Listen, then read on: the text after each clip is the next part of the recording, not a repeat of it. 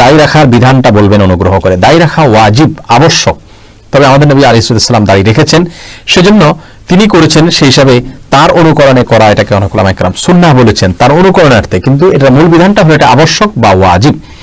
দাড়ির বিষয়ে নির্দেশনা হলো আফুল্লুহা আরখুল্লুহা, অর্থাৎ দাড়িকে তোমরা ছেড়ে দাও, লম্বা করো। আব্দুল্লাহ ইবনে ওমর রাদিয়াল্লাহু তাআলা আনহু থেকে একটি হাদিস পাওয়া যায় সহিহ বুখারীতে, তিনি এক মুষ্টির পরে দাড়ি অতিরিক্ত যে অংশ ছিল সেটা কেটেছেন। কেউ চাইলে সেটা করতে পারেন, যদি এটা নিয়ে কোনো কোনো ওলামায়ে কেরামের দ্বিমত রয়েছে। কিন্তু দাড়ি লম্বা করতে হবে।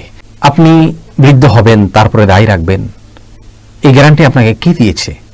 পৃথিবীতে কত যুবক তারা এরকম স্বপ্ন দেখেছিলেন যে তারা বৃদ্ধ হয়ে দাড়ি রাখবেন, সুন্দর করে ইসলামের অনুসারী হয়ে যাবেন, কিন্তু আল্লাহ তাআলা তার আগে তাদেরকে নিয়ে গেছেন।